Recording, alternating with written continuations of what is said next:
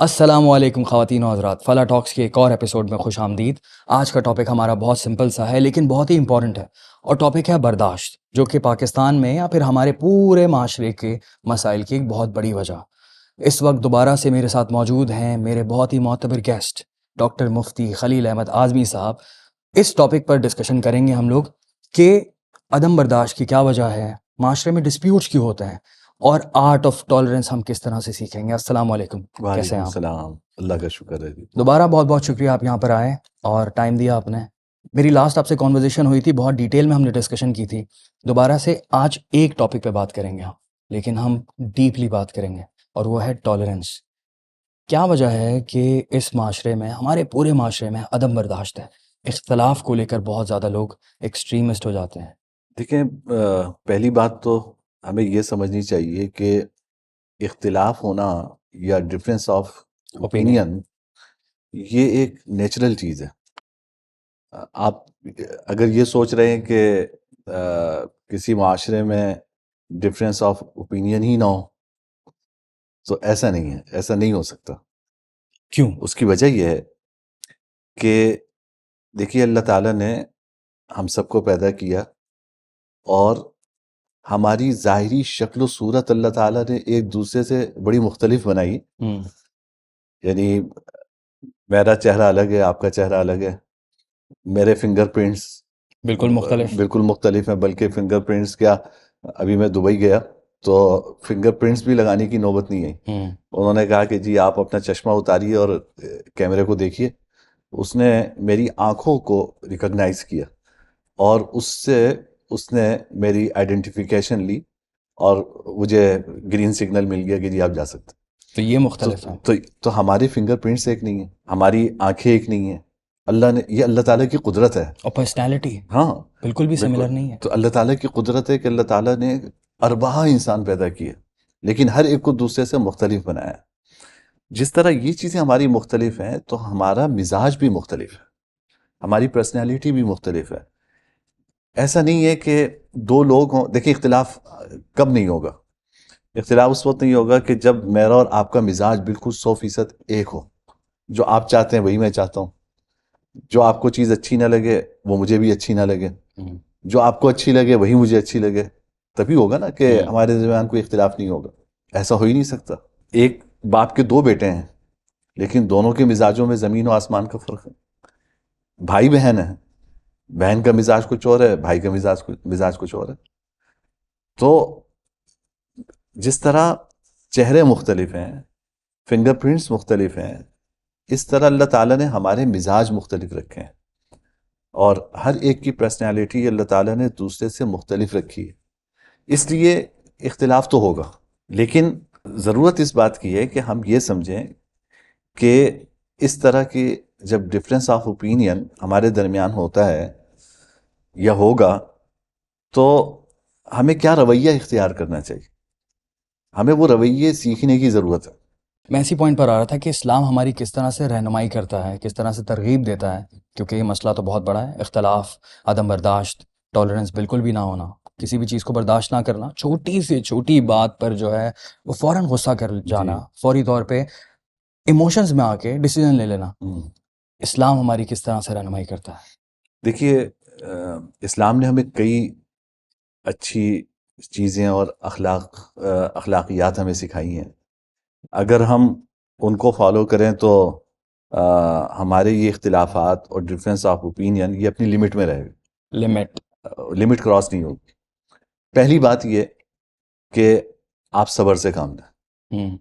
میں نے آپ سے پہلے بھی میری رمضان کے موضوع پہ گفتگو ہوئی، تو اس میں بھی میں نے یہی بات ذکر کی کہ رمضان ہمیں صبر سکھاتا ہے۔ یہ صبر اپنی روزمرہ کی زندگی میں اگر ہم اپنائیں گے، اور برداشت سے، صبر کے معنی کیا ہے کہ برداشت سے کام لینا، تو آپ کے مزاج کے خلاف باتیں پیش آئیں تو آپ اس پہ کوئی ریئیکشن اپنا شو نہ کریں، کوئی رد عمل ظاہر نہ کریں، بلکہ پی جائیں، جس کو ہم اردو میں کہتے ہیں نا پی لینا۔ تو خلاف مزاج بات ہو تو اس کو پی لیں، آپ برداشت کر لیں۔ تو اگر یہ صبر سے کام لیں گے تو پھر یہ اختلافات ہمارے حد سے آگے نہیں بڑھیں گے، بلکہ میں یوں کہوں کہ یہ اختلافات دشمنی میں تبدیل نہیں ہوں گے جیسے آج ہو رہے ہیں ہمارے معاشرے میں. اب میں آپ کو اس کی مثال دوں کہ جناب نبی کریم صلی اللہ علیہ وسلم نے جو ہم سب کے لیے ایک آئیڈیل ہیں، آپ نے اپنی زندگی میں کیسی کیسی چیزوں پہ صبر کیا اور صبر کر کے ہمیں سکھا گئے کہ دیکھو زندگی گزارنی ہے نا تو صبر سے کام لینا پڑے گا تمہیں، تبھی تمہاری زندگی ایک خوبصورت زندگی بن سکے گی. نسائی شریف میں حدیث کی کتاب ہے، اس میں ایک روایت ہے کہ حضور اکرم صلی اللہ علیہ وسلم ہماری ام المومنین میں سے ایک کے گھر تھے. تو آپ کو پتا ہے کہ آپ صلی اللہ علیہ وسلم باری باری ہر گھر میں تشریف لے جاتے تھے. تو ان کے گھر تھے، تو ان کے ہاں کسی دوسرے گھر سے کوئی ہدیہ آیا آپ کے لیے، حلوہ بنا کے آپ کی دوسری زوجہ مکرمہ نے آپ کے لیے وہ ہدیہ بھیجا. تو ان کو غصہ آ گیا کہ آپ میرے گھر ہیں اور ہدیہ کسی اور گھر سے آ رہا ہے. جو بچہ وہ ہدیہ لے کر آیا تھا تو انہوں نے غصے میں آ کے ہاتھ مارا اور وہ پیالہ گر گیا اور ٹوٹ گیا، اور سارا جو کچھ بھی اس میں کھانے کی چیزیں تھیں وہ زمین پہ بکھر گئیں. اب تھوڑی دیر کے لیے آپ تصور کریں کہ اگر یہ چیز میرے ساتھ ہو یا آپ کے ساتھ ہو اور ہم گھر میں ہوں اور میری وائف اس طرح ریئیکٹ کریں تو میں کیا کروں گا، مجھے کتنا غصہ آئے گا. جناب نبی کریم صلی اللہ علیہ وسلم مسکرائے، آپ نے کھانا زمین سے اٹھایا اور بس اتنا سا جملہ فرمایا کہ غارت امکم، کہ تمہاری اماں جان کو ذرا غیرت آ گئی. تمہاری اماں جان کو ذرا غیرت آ گئی. یعنی مطلب یہ کہ بھائی عورت کے اندر یہ غیرت تو فطری طور پر ہوتی ہے، تو اس لیے کوئی ایسی بری بات نہیں ہے، یہ غیرت آ جاتی ہے کہ بھائی میری باری میں کسی اور گھر سے کھانا کیسے آیا.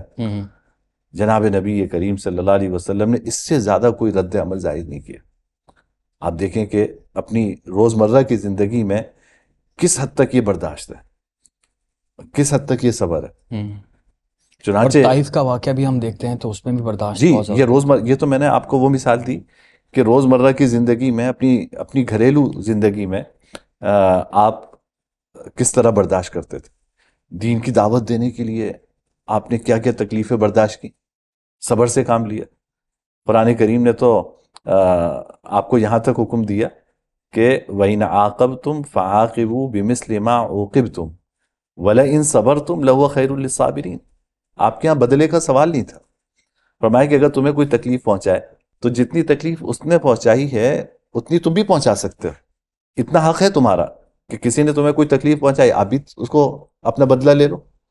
فرمایا وَلَئِنْ صَبَرْتُمْ، اگر تم صبر سے کام لو، لَهُوَ خَيْرٌ لِلصَّابِرِينَ، تو یہ بڑا بہتر ہے. اور ایک دوسری جگہ قرآن کریم میں سورہ مومن میں اللہ تعالیٰ نے فرمایا ادفع باللتی ہی احسن، یعنی آپ برائی کا بدلہ اچھائی سے دیں. برائی کا بدلہ اچھائی سے دینا آسان کام نہیں ہے، اس کے لیے بڑی ہمت چاہیے. لیکن اگر آپ نے یہ کڑوا گھونٹ پی لیا اور اینٹ کا جواب پتھر سے دینے کے بجائے پھول سے دیا اور خوش اخلاقی سے آپ پیش آئے تو اللہ تعالیٰ نے فرمایا کہ فَإِذَا الَّذِي بَيْنَكَ وَبَيْنَهُ عَدَاوَةٌ كَأَنَّهُ وَلِيٌّ حَمِيمٌ، تو تمہارا دشمن تمہارا گہرا دوست بن جائے گا. دشمن کو دوست بنانے کا نسخہ یہ ہے کہ آپ برائی کا بدلہ اچھائی سے دیں، برداشت کر لیں. اور پھر یہ جو ایک توفیق ہے نا کہ برائی کا بدلہ اچھائی سے دینا، کاش کہ مجھے بھی نصیب ہو جائے. تو اللہ تعالیٰ نے فرمایا کہ یہ ان لوگوں کو نصیب ہوتا ہے جو صبر کرنے والے ہیں، اور یہ ان لوگوں کو نصیب ہوتا ہے جو بڑے نصیب والے ہیں، کیونکہ جو بہت بڑے مشکل خوش کام. قسمت ہیں. ظاہر ہے مشکل کام ہے، تو جو اللہ تعالیٰ کے ہاں خوش قسمت لوگ ہوتے ہیں ان کو ہی یہ دولت ملتی ہے. اور یہ برداشت کا بھی اعلیٰ مرتبہ ہے. جی جی. اور اگر میں ابھی کی بات کروں ہمارے معاشرے کی، تو یہ ایک سچائی ہے افسوسناک کہ جو بھی ڈفرینس آف اوپینین ہے، جو بھی اختلاف ہے، اور جو عدم برداشت کا مسئلہ ہے ہمارا، اس کے اندر ہمارے اندر تہذیب نہیں ہے، تمیز نہیں ہے. ہم لوگ تمیز کے دائرے میں رہ کر بات نہیں کرتے. ہم لوگ جو بھی ڈفرینس آف اوپینین ہے اس پر ڈسکشن نہیں کرتے کیونکہ برداشت بالکل بھی نہیں ہے. تو برداشت نہیں ہے تو بدتمیزی کا جو ماحول آ جاتا ہے، چاہے ہم انٹرنیٹ کی بات کریں، ہم روڈز کی بات کریں، گلیوں کی بات کریں، سگنل کی بات کریں، کہیں بھی پورے معاشرے میں دیکھتے ہیں کہ برداشت بہت ختم ہو گئی اور ساتھ میں بدتمیزی کا عنصر بھی بہت زیادہ آ گیا ہے. اس بارے میں کیا؟ دیکھیے یہ تو میں سمجھتا ہوں کہ تربیت نہ ہونے کا نتیجہ ہے. اختلاف تو ہوتا ہے، لیکن اختلاف اپنے دائرے میں رہے، آپ ادب اور احترام کے ساتھ دوسرے کی رسپیکٹ کرتے ہوئے آپ اپنا اوپینین اس کے سامنے رکھیں، یہ منع نہیں ہے۔ زندہ معاشروں میں اختلاف تو ہوتا ہے اور ڈفرینس آف اوپینین بھی ہوتا ہے، لیکن اس کو پیش کرنے کا انداز آپ کا اچھا ہونا چاہیے، آپ کی پریزنٹیشن اچھی ہونی چاہیے۔ یعنی بات کہنے کے دو لہجے ہو سکتے ہیں نا، صحیح بات ہے، آپ نرم لہجے میں بھی بات کر سکتے ہیں اور آپ ابے اور تو کر کے بھی بات کر سکتے ہیں۔ صحیح بات ہے، تو کہنے کو تو آپ نے دونوں صورتوں میں بات کی ہے، لیکن ایک کا امپیکٹ کیا ہے اور دوسرے کا کیا ہے۔ تو ہمیں یہ سیکھنے کی ضرورت ہے کہ اپنی رائے کسی کے سامنے رکھنے کا طریقہ کیا ہے، طریقہ کیا ہے، اور دوسرے کا کوئی اگر اوپینین ہے تو اس سے ڈس ایگریمنٹ کیسے کرتا ہے۔ یہ باقاعدہ ایک فن ہے جو ہمیں سیکھنا چاہیے۔ اور اگر حضور کی سیرت ہم پڑھیں اور حضرات صحابہ کرام رضوان اللہ تعالی علیہم اجمعین کے حالات پڑھیں، ہم دنیا جہاں کے حالات پڑھتے ہیں، نہ حضور کی سیرت پڑھتے ہیں، نہ حضرات صحابہ کرام کو پڑھتے ہیں، اور بقیہ سب کچھ پڑھتے ہیں۔ یہی وجہ ہے کہ ہماری تربیت نہیں ہو پاتی۔ ہم ان کے حالات پڑھیں تو اس سے آپ سیکھیں گے کہ کیسے صبر سے کام لیا، کیسے برداشت سے کام لیا۔ حضرات صحابہ کرام کے درمیان بھی اختلافات ہوئے، بے شک، لیکن انہوں نے ان اختلافات کو کوئی دشمنیوں کا ذریعہ نہیں بنایا، محبتیں پھر بھی قائم رہیں، محبتوں کے ساتھ رہے، ایک دوسرے کا احترام کا ماحول رہا، احترام کا جذبہ رہا، تو وہ اختلاف کے باوجود رہا۔ تو یہ تصور غلط ہے، یعنی یہ جو کانسیپٹ بیٹھا ہوا ہے نا کہ بس اگر میرا اور آپ کا اوپینین ذرا مختلف ہے تو صرف بدتمیزی ہو تو سکتی ہے، بدتمیزی ہو سکتی ہے، دشمنی ہو سکتی ہے، لڑائی ہو سکتی ہے۔ عجیب بات ہے۔ یہ کیوں ہے؟ محبت سے ہم ایک دوسرے کی بات سننے کی عادت ڈالیں۔ اور میں آپ کو اس کا ایک آسان سا نسخہ بتاؤں۔ آسان سا نسخہ یہ ہے کہ آپ دوسرے سے جس لہجے میں بات کر رہے ہیں نا، تھوڑی دیر کے لیے آپ یہ سوچیں کہ وہ آپ سے اگر اس لہجے میں بات کرے تو آپ کو اچھا لگے گا۔ ہم یہ نہیں سوچتے، ہمارا دوہرا پیمانہ ہے، یعنی دینے کا پیمانہ کچھ اور ہے، لینے کا پیمانہ بالکل کچھ اور ہے۔ بالکل بالکل، میں کسی کے ساتھ بیہیو کیسا کر رہا ہوں اس کے لیے میرا پیمانہ الگ ہے، اور دوسرا میرے ساتھ کیسے بیہیو کرے اس کا پیمانہ الگ ہے۔ حالانکہ حدیث نے فرمایا کہ احب لاخیک ما تحب لنفسک، اپنے بھائی کے لیے وہی پسند کرو جو تم اپنی ذات کے لیے پسند کرتے ہو۔ یعنی تم اپنے لیے کیا پسند کرتے ہو؟ کامل مومن تم اس وقت ہوگے جب تم اپنے بھائی کے لیے بھی وہی پسند کرو جو تم اپنی ذات کے لیے پسند کرتے ہو۔ تو آپ کو اچھا لگے گا کہ آپ کے ساتھ کوئی بدتمیزی کے ساتھ پیش آئے، کوئی آپ کو برا بھلا کہے، آپ کو اچھا نہیں لگ رہا، تو اسی طرح اس کو بھی اچھا نہیں لگ رہا کہ آپ اس کے ساتھ آپ ایسے کمنٹس دے رہے ہیں جس سے کسی کی دل آزاری ہو رہی ہے، اس کی بے عزتی ہو رہی ہے۔ آپ کو ہرگز اس طرح کا رویہ کسی کے ساتھ اختیار کرنے کا حق بھی نہیں ہے۔ دنیا میں ہر آدمی میری بات مان کر نہیں چلے گا، صحیح بات، اور جتنے لوگ مجھے اس معاشرے میں ملیں گے سب میری ہاں میں ہاں ملانے والے نہیں ہوں گے۔ پہلے تو آپ یہ ذہن میں بٹھائیں، اور سب کو آپ خوش نہیں کر سکتے، اور سب کو آپ خوش نہیں کر سکتے، نہ سب آپ سے خوش ہو سکتے ہیں۔ بالکل، ان کی بھی کوئی بات ایسی پیش آئے گی آپ کو جو آپ کو ناگوار گزرے گی، آپ کی بھی کوئی بات ایسی پیش آئے گی جو انہیں ناگوار گزرے گی۔ تو دنیا میں اگر رہنا ہے تو ان دونوں رویوں کے ساتھ رہنا ہے۔ کوئی اچھا رویہ بھی آپ کے ساتھ رکھے گا، کوئی برا رویہ بھی رکھے گا۔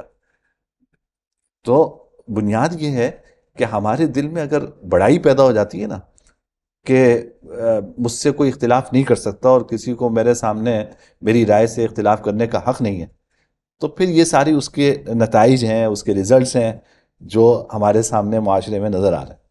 بھائی میں ایک انسان ہوں، اور ایک انسان ہونے کی حیثیت سے میں تو اللہ کا بندہ ہوں، اور میرے اندر نہ میری ذاتی قوت، نہ ذاتی طاقت، نہ کوئی ذاتی خوبی۔ اللہ نے جو قوت دی ہے، جب وہ چاہیں گے وہ لے لیں گے۔ تو میں کیا اکڑ کے کیا کروں؟ اکڑے تو وہ کہ جس کی صحت ہمیشہ کی صحت ہو، پرماننٹ، جس کی دولت پرماننٹ ہو۔ کوئی دنیا میں ایسا انسان نہیں ہے، یعنی دولت مند سے دولت مند انسان بھی آپ دیکھ لیں، ایک بیماری کا جھونکا آتا ہے تو اپنے ہاتھ سے وہ مکھی نہیں اڑا پاتا۔ تو یہ تو آپ کی قوت کا حال ہے، اور پھر آپ کی اکڑ ایسی ہے کہ آپ یہ سمجھتے ہیں کہ جی آپ کو جرت کیسے ہوئی مجھ سے اختلاف کرنے کی۔ تو پہلی بات تو یہ ہے کہ ہم اپنے دل میں نا یہ تواضع پیدا کریں، اور یہ جو دل میں ایگو اور بڑائی ہے یہ اپنے دل سے نکالیں، اور ہمیں اس دنیا میں رہنا ہے تو یہ ریئلائز کرنا ہے کہ دنیا میں آپ کے مزاج کے مطابق باتیں بھی پیش آئیں گی اور آپ کے مزاج کے خلاف بات بھی پیش آئے گی. اور بہترین انسان وہ ہے جو اس دنیا میں رہتے ہوئے اس سب کو برداشت کرے. بڑی دلچسپ حدیث آپ کو میں سناؤں. حدیث میں آتا ہے جناب نبی کریم صلی اللہ علیہ وسلم نے فرمایا, ترمذی شریف کی روایت ہے, ایک مسلمان وہ ہے جو یہ سارے یہ لوگوں کے مزاجوں سے اور لوگوں کے ڈفرینس آف اوپینین سے, رویوں سے تنگ آ کر وہ کہتا ہے کہ بھائی میں پہاڑوں میں نکل جاؤں اور وہاں جا کے بس میں اللہ اللہ کروں گا, نہ میری ذات سے کسی کو تکلیف پہنچے گی, نہ کسی اور کو مجھ سے نہ کسی کی کوئی مجھے تکلیف پہنچا سکے گا, بس میں پہاڑوں میں جا رہا ہوں. ایک وہ شخص ہے. ایک وہ شخص ہے جو یہ فیصلہ کرتا ہے نہیں مجھے اسی معاشرے میں زندگی گزارنی ہے, اپنے گھر میں ہی رہنا ہے اور اس معاشرے کا حصہ بن کے رہنا ہے, اور لوگوں سے تکلیف پہنچے گی میں برداشت کروں گا. آپ نے فرمایا کہ جو دوسرا شخص ہے یہ پہلے سے بہتر ہے. دوسرا شخص جو معاشرے میں رہ کے سب کچھ برداشت کر رہا ہے یہ اس سے بہتر ہے جو لوگوں کی تکلیفوں سے بھاگ کر پہاڑوں کا رخ کر لے. یہ کوئی کمال نہیں ہے. ریزیلینس. ہاں, صحیح بات ہے. یہ کوئی کمال نہیں ہے کہ آپ بس اوائڈ کر جائیں, اوائڈ کر جائیں. یعنی جس کو حدیث میں فرمایا لا رہبانیت فی الاسلام, اسلام میں گھر بار چھوڑ کے بھاگنا اس کی کوئی حیثیت نہیں ہے. آپ کو گھر میں رہنا بھی ہے, بیوی بچوں کے ساتھ بھی رہنا ہے, معاشرے میں بھی رہنا ہے, خاندان بھی ہے آپ کا, آپ آفس میں کام کرتے ہیں, آپ کے کولیگز بھی ہیں, ملنے جلنے والے لوگ ہیں, ان سے اچھے رویے بھی آپ کو دکھیں گے, برے رویے سے بھی کوئی پیش آئے گا. تو کمال یہ ہے کہ آدمی اس معاشرے میں رہ کر ان ساری چیزوں پہ صبر کر کے زندگی گزارے. اور اس ٹاپک کا کتنا گہرا تعلق ہے برداشت اور ایگو سے, کیونکہ آپ نے بڑا امپورٹنٹ ٹاپک اٹھایا ہے, پورے معاشرے کا ٹاپک ہے. آپ نے کہا کہ فیملی ڈسپیوٹس آتے ہیں, ڈیفینیٹلی آپ کو بڑا ایکسپیرینس ہوگا اس معاشرے میں کیا چل رہا ہے اور لوگوں کی عام پرابلمس کیا ہیں, اور ان کے بہت سارے لوگوں کے مسائل حل ہو جائیں گے اگر اس چیز کو صحیح سے سوچا جائے. میں تو اس طرح کے جب ڈسپیوٹس آتے ہیں نا تو میرا ایکسپیرینس یہ ہے, میں یہاں تک اس نتیجے پہ پہنچا ہوں کہ یہ ڈسپیوٹ ہوتے اس لیے ہیں کہ ہم اپنی فیملی کو, اپنے خاندان کو وقت نہیں دیتے. اوکے, آپ جب کسی چیز کو وقت نہیں دیں گے وقت دینا ضروری ہے. تو پھر اس کے نتیجے میں عدم برداشت بھی ہوگی, نفرتیں بھی دلوں میں پیدا ہوں گی, اور آپ کو بری لگنے لگی. ہر چیز وقت مانگتی ہے. آپ ایک دن اپنے پودوں کو پانی نہ دیں تو آپ کے پودے بھی مرجھا جاتے ہیں. تو یہ جو ہمارے رشتے ہیں نا, ان کو بھی وقت کا پانی دینا ضروری ہے, اور کوالٹی ٹائم بھی. بالکل کوالٹی ٹائم آپ اس کو دیں, بلکہ میں کہوں ان کے لیے ٹائم اپنا ڈیڈیکیٹ کریں آپ, تب جا کے یہ رشتے آگے بڑھیں گے. یہ جو موبائل آ گیا نا ہماری زندگیوں میں, اس نے ہمیں ڈی اٹیچ کر دیا ان ساری چیزوں سے. نتیجہ یہ ہے کہ دو بھائی بھی ہیں تو ایک اپنے موبائل میں لگا ہوا ہے, ایک اپنے موبائل میں لگا ہوا ہے, آپس میں ایک دوسرے سے گفتگو کا موقع نہیں مل رہا. شوہر بھی لیٹا ہوا ہے, بیوی بھی لیٹی ہوئی, لیکن دونوں اپنے موبائل پہ لگے. تو جتنا وقت آپ اپنے موبائل کو دے رہے ہیں اتنا وقت اپنی فیملی کو دے دیں تو آپ کا گھر جنت بن جائے گا, لیکن ہم نہیں دیتے. میں تو یہاں تک کہتا ہوں کہ جو وقت ہمیں اللہ تعالیٰ کو دینا چاہیے نا, ہم وہ بھی اللہ تعالیٰ کو پورا نہیں دیتے. مسجد بھی جاتے ہیں تو موبائل جیب میں ہوتا ہے, نماز سے پہلے بھی موبائل پھر سارا اسٹیٹس چیک کرتے ہیں, کیا کیا واٹس ایپ میسیج آئے ہوئے. نماز کے بعد بھی پہلا کام کیا ہوتا ہے, موبائل نکال کے سارے میسیجز پڑھنا اور اس کا جواب دینا, فیس بک پہ اس کو اپڈیٹ کرنا کہ جی میں سلام پھر چکا ہوں, نماز سے فارغ ہو گیا. تو اس کے بعد پھر اب بتائیے کہ جس نماز سے 1 سیکنڈ پہلے بھی موبائل, 1 سیکنڈ بعد بھی موبائل, اس نماز میں آپ کا نماز میں کتنا دل لگے گا. اللہ یعنی یہ دل میں یہ کیفیت کیسے پیدا ہوگی کہ میں اللہ تعالیٰ کے سامنے کھڑا ہوا ہوں, اللہ تعالیٰ مجھے دیکھ رہے ہیں, میں اس کے سامنے سجدہ ریز ہو رہا ہوں. نہیں کیفیت پیدا ہوگی. وجہ یہ ہے کہ جو اللہ تعالیٰ کو دینے کا وقت ہے وہ بھی ہم نے اللہ تعالیٰ کو نہیں دیا. تو یہ میں آج کے معاشرے میں سمجھتا ہوں کہ یہ مجھے بھی غور کرنے کی ضرورت ہے, ہم سب کو اپنی زندگیوں میں غور کرنے کی ضرورت ہے کہ جس کا جو وقت ہے ہم وہ اس کو پوری طرح کوالٹی ٹائم اس کو دے رہے ہیں یا نہیں دے رہے. بالکل صحیح بات. میں آپ کو ایک بات, میری لمبی ہو رہی ہے لیکن پلیز میں ایک حدیث آپ کے سامنے رکھوں. مشکاۃ شریف میں ایک حدیث ہے کہ جناب نبی کریم صلی اللہ علیہ وسلم نے ایک انگوٹھی بنوائی, تو بڑی آپ کو اچھی لگتی تھی انگوٹھی, پہنی ہوئی بھی تھی آپ نے. ایک دن آپ صحابہ کرام کے ساتھ بیٹھے ہوئے تھے, آپ نے وہ انگوٹھی اتاری اور پھینک دی, کہا کہ نہیں مجھے انگوٹھی نہیں چاہیے. صحابہ نے عرض کیا کہ رسول اللہ اتنی آپ کو اچھی لگتی تھی، ہمیں بھی اچھی لگ رہی ہے آپ کی انگلی میں یہ انگوٹھی بڑی پیاری سی ہے، آپ نے پھینک دی۔ فرمایا دیکھو جب میں تمہارے ساتھ بیٹھا ہوں تو تمہارا حق یہ ہے کہ میں پوری طرح تمہیں توجہ دوں۔ میں انگوٹھی جب پہنا ہوا ہوتا ہوں نا تو کچھ کبھی نگاہ اس پہ پڑتی ہے، کبھی تمہاری طرف پڑتی ہے، تو یہ انگوٹھی تمہیں توجہ دینے کے لیے رکاوٹ بن رہی ہے۔ میں ایسی چیز نہیں چاہتا جو تمہارا حق ادا کرنے میں میرے لیے رکاوٹ بنے، اس لیے میں انگوٹھی نہیں پہنوں۔ چھوٹی چھوٹی قربانیوں والی بات ہے۔ اب دیکھیں نا کہ یعنی انگوٹھی شوق سے بنائی پھینک دی، بعد میں مجبوری تھی جب آپ نے پوری دنیا کے بادشاہوں کو خط لکھا تو پھر دوبارہ انگوٹھی بنوائی جس کو اسٹیمپ کے طور پہ استعمال کیا جاتا تھا، صحیح۔ وہ بات کی بات ہے، لیکن شروع میں آپ نے بنا کے پھینک دی، فرمایا کہ مجھے ایسی انگوٹھی نہیں چاہیے۔ اب یہ موبائل جو ہے ماں باپ سامنے ہیں لیکن ہماری نگاہ موبائل پہ ہوتی ہے، ہم یہ توفیق نہیں ہوتی کہ محبت سے ایک نظر ہی دیکھ لیں۔ آپ جن لوگوں کے پاس یہ نعمت نہیں ہے نا، آپ ان سے پوچھئے کہ وہ کتنا ترستے ہیں اس نعمت کو کہ اب میں اپنے ماں باپ کو دیکھ نہیں سکتا۔ اللہ نے آپ کو دولت دی ہے لیکن آپ اس دولت کی کتنی ناقدری کر رہے ہیں۔ یہ موبائل رکاوٹ بناؤ۔ ہر محبت کی نگاہ پہ اللہ تعالیٰ حج مقبول کا ثواب عطا فرماتا ہے، ہر نگاہ پر۔ صحابہ نے عرض کیا کہ رسول اللہ ہم تو دن میں نہ جانے کتنی مرتبہ دیکھ سکتے ہیں محبت سے۔